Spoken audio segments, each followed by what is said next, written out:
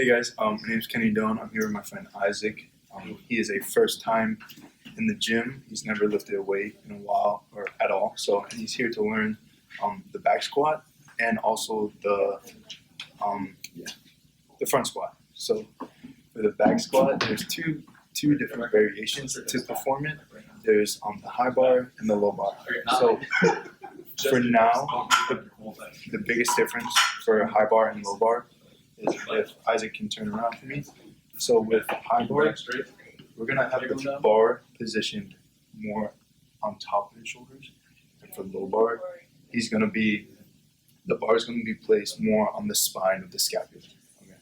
So a couple of the benefits of low bar squat is that it activates more of a posterior chain rather than like the high bar, it activates more your quads.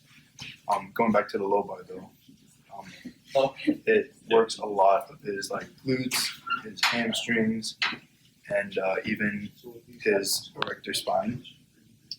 Another big difference is that with high bar people have better ankle mobility, while low bar has less ankle mobility. I'm going to go ahead and demonstrate how to perform the low bar squat.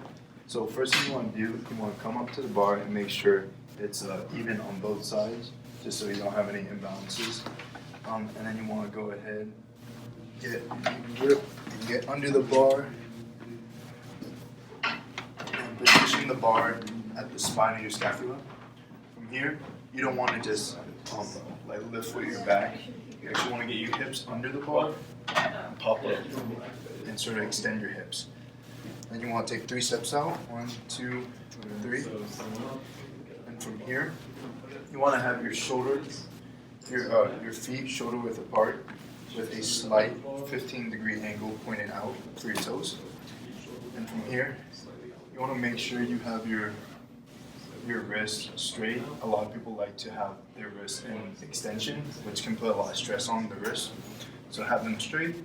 And from here, you want to go ahead and really emphasize breaking at the hips. So what that will cause you to do is to sort of lean forward slightly with the low bar position in order to get the right bar path. And from here, before you go down into your squat, you want to brace, tuck your elbows down, and go for the squat. So brace, tuck your elbows, break out your hips, going down. And once you get down here, go ahead and come back up. And then to rack it, you just take a couple steps forward. Make sure the bar touches both sides. And then now I'm going to have Isaac perform the back squat, the back low bar squat. So make sure take 2 steps forward.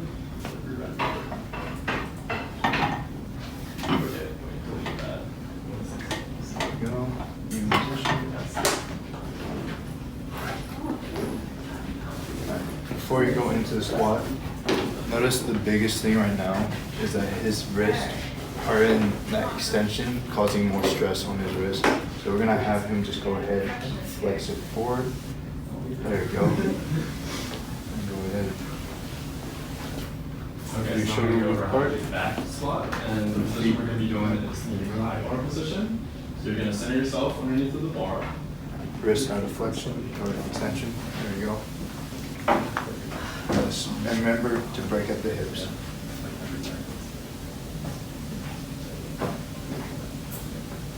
There you go. I'm gonna have you do one more for me. There you go. Okay, now look where everything's going to go. So We're gonna go right to the bar.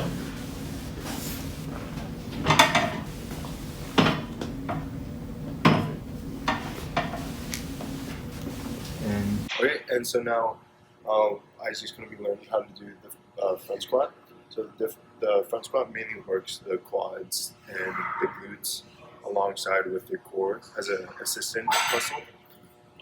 The biggest difference between the front squat and the back squat is that for the front squat, he's gonna actually have the bar in front of him on the interior deltoids, and it also allows for the weight to be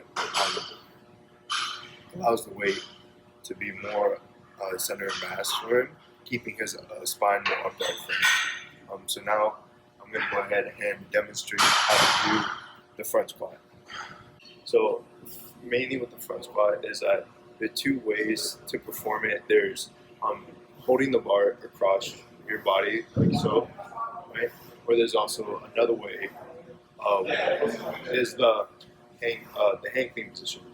In this case, we're gonna have Isaac do the hang clean position just so he can carry it over to any other exercises that he wants to try in the future. So the first thing he wants to do is he wants to get his grip right, usually about 4 inches apart. He wants to make sure the bar is even on both sides of the hooks, the J hooks. So after he gets his grip right, he wants to, I usually tell people to like guide the bar with 3. If they can get the whole hand, that's even better. But for me, I usually do 3 just to help. So after he gets his grip, he wants bar.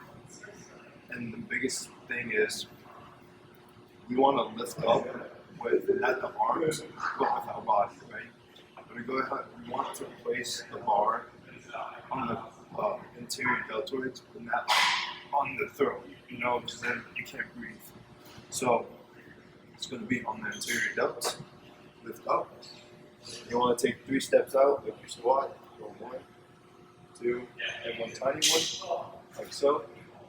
You want to go ahead and set up as it feels like your squat, keeping your elbows high at all times, squeezing your glutes, spreading the floor with your feet and your toes out at a slight angle, elbows up, brace your core, keep it nice and engaged, and you want to go ahead squat down, keeping everything upright, like so.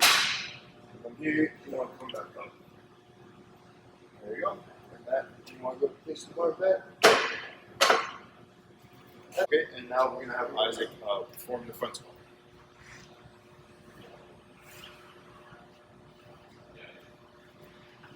There you go.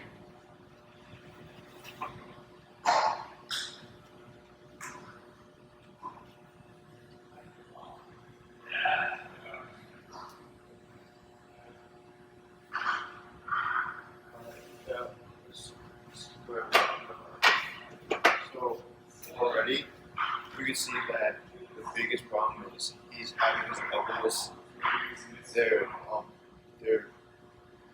pointing straight down at the ground, which is a big no-no for this front squat. So the way to fix that is to really over-exaggerate, like almost as if you're trying to point with your elbows rather than trying to like overhead press it, And another one is that when you're coming up from your squat, coming up from your front squat, is that I notice it push your ground. So really squeeze your glutes, spread the feet, try to engage your core to help with that. While keeping that chin up is a really big important one. The elbows up is really driving. Let's try again.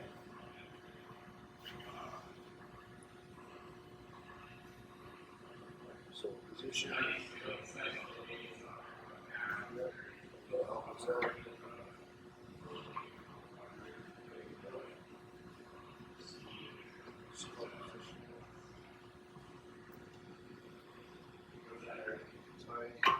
And up. There you go, perfect. Keep going back.